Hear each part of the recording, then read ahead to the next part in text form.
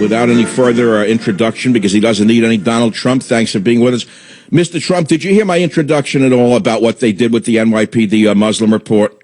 I did, and I know how you feel about it because you haven't changed. One thing about you, Michael, you're a very consistent person like me.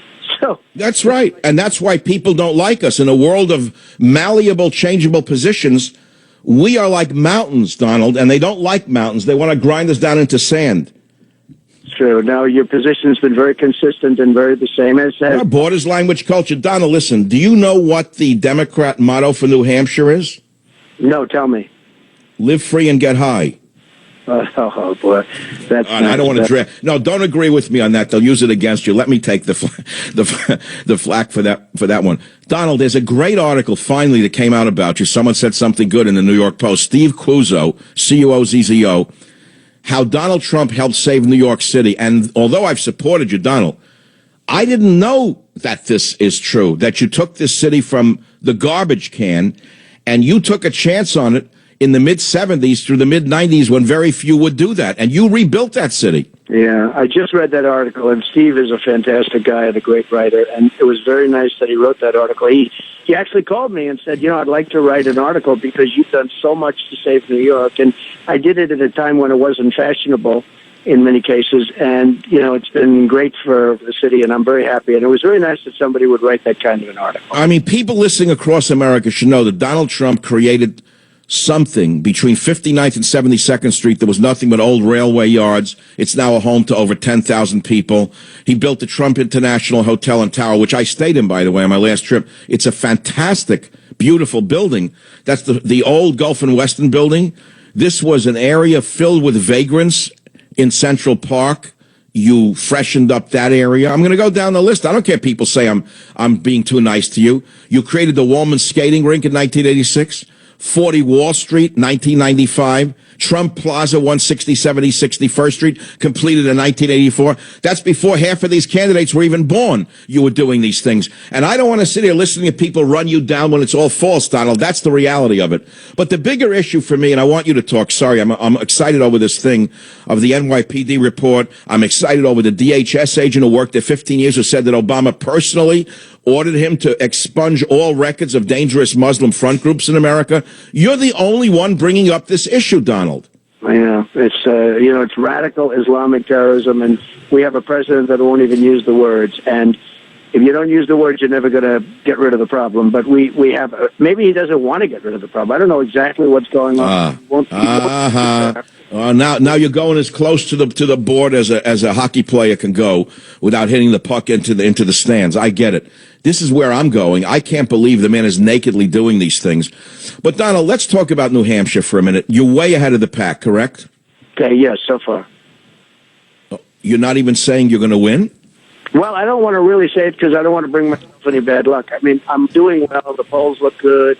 The enthusiasm is incredible. Tonight we're going to have a crowd of 4,000 or 5,000 people out, although it's snowing, so I don't know, maybe that'll be a little bit smaller. But we are doing really well up here. I'm here now. I'm in New Hampshire right now. And, in fact, I just turned down big interviews in order to talk to my man, to Michael. Donald, listen, I watched the debate the other night. I saw something different this time. I saw Christie rubbing out Rubio. I saw poor Carson standing like a schmendrick in the entranceway. Didn't even know they called his name. And you're the only candidate that didn't step over him. I mentioned that on my show. All the others walked by him like he wasn't there. He didn't hear it or something. You actually stood there with him and told him his name was called.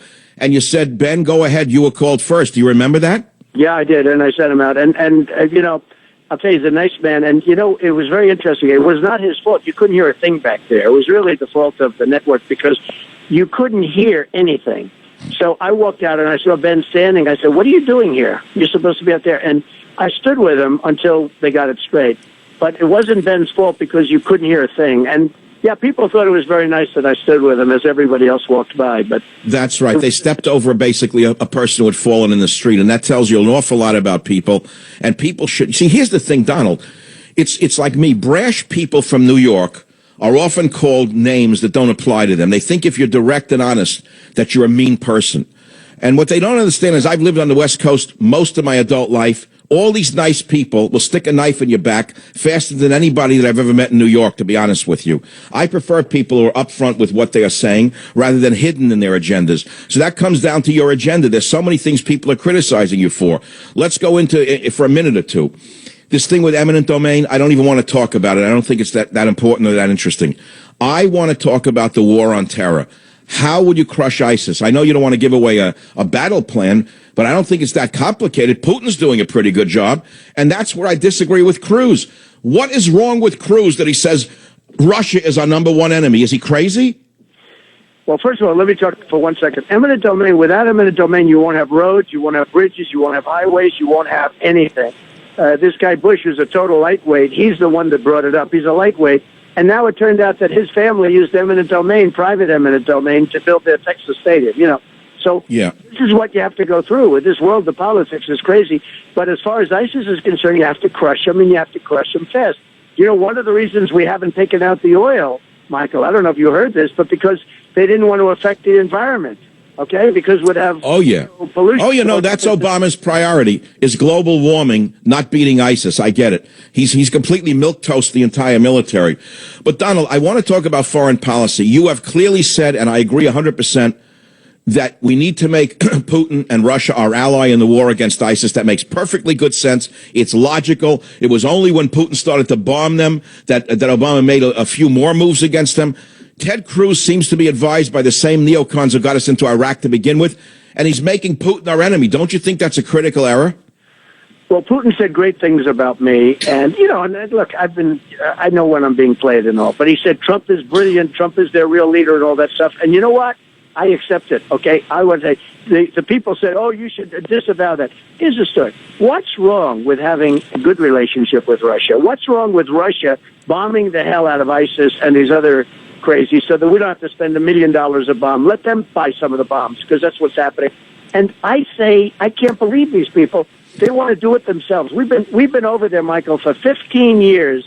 15 years we've been fighting over there, spending trillions and trillions of dollars. And so far, we have nothing for it. If Russia wants to be friendly with us and wants to bomb the hell out of ISIS, I say that's great. We'll help them. Right. I understand. That's why I agree with. Even Bernie Sanders, by the way, said Russia should be our ally. And Hillary, again, like an idiot, says it called him a Hitler #1 6 months ago, Putin now. And now she says Russia's our enemy. In that, she agrees with Cruz that Russia's our enemy. Who's advising them? But let's move on. Yesterday was the Super Bowl.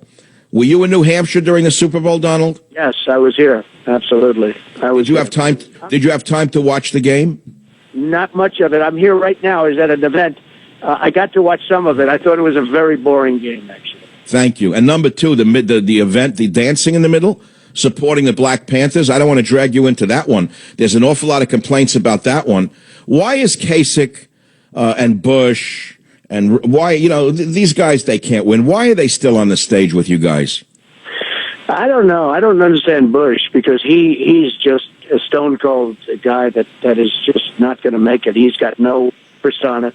Kasich has done a good job in Ohio. He got a little lucky with the oil. They started fracking, but I give him credit because, frankly, in New York, we should have started fracking. We'd end up with no debt right now. But they fracked, and Ohio is doing fine. But I think Bush should not be on the stage. I agree with you. Spent $120 million. Well, I think it's his mother pushing him, Barbara. She came out of the shadows last week, and she attacked you. But if it wasn't for Mama Bush pushing him, I think he would have dropped out. He looks like he doesn't have the heart for it anymore. Rubio. Rubio is a lightweight. You know that. He never belonged. He's not in the big boys club. Where'd they get this guy from? I don't know, but I was standing next to him during the debate, and it was sort of a weird thing going on. And I watched, and I said, well, wait a minute, he said that a minute ago, and then he said it again and again. I don't know what happened to him, and he's been very nice to me. I just don't know what happened to him. Donald, in a nutshell, when you are president, and I do hope you win the primary, because I think in a general election you have the greatest chance to beat Hillary if she's the nominee, although that's not a guarantee anymore. Her own party's pulling away from her. What's going to happen if they force her to drop out? Sanders doesn't have a ghost of a chance to win. Do you think they'll pull up someone like Biden? I think they might, although I think it's hard because Sanders is doing pretty well against her. And I think it's going to be very hard politically for them to bring somebody up who's frankly, not done very well in the primary contest. You know, Biden has done very, very poorly over the years in primaries. He's run a number of times, and he's done very, very poorly. So I think it's going to be very hard to do that. I think it's going to be hard to take it away from Sanders if for some reason she doesn't run. Now, with that being said, she shouldn't run. She shouldn't be allowed to run, but I think the Democrats are protecting. Well, as I say, I don't think she should be allowed to run because of so many scandals surrounding her. And frankly, she's not that appealing a candidate even to the Democrats. So I don't think you have a big problem with her. Strangely enough, the old man, who I think that they went into the mausoleum in Moscow and used some kind of cloning to get Lenin back to life. Because what he's proposing is exactly what Vladimir Lenin would be proposing if he were alive today. I never heard anything like this. Well, when you pay 95% in tax, you'll understand it a little bit better. But I don't know. It's just hard. The whole thing is, did you ever think you'd be running against a socialist / perhaps communist?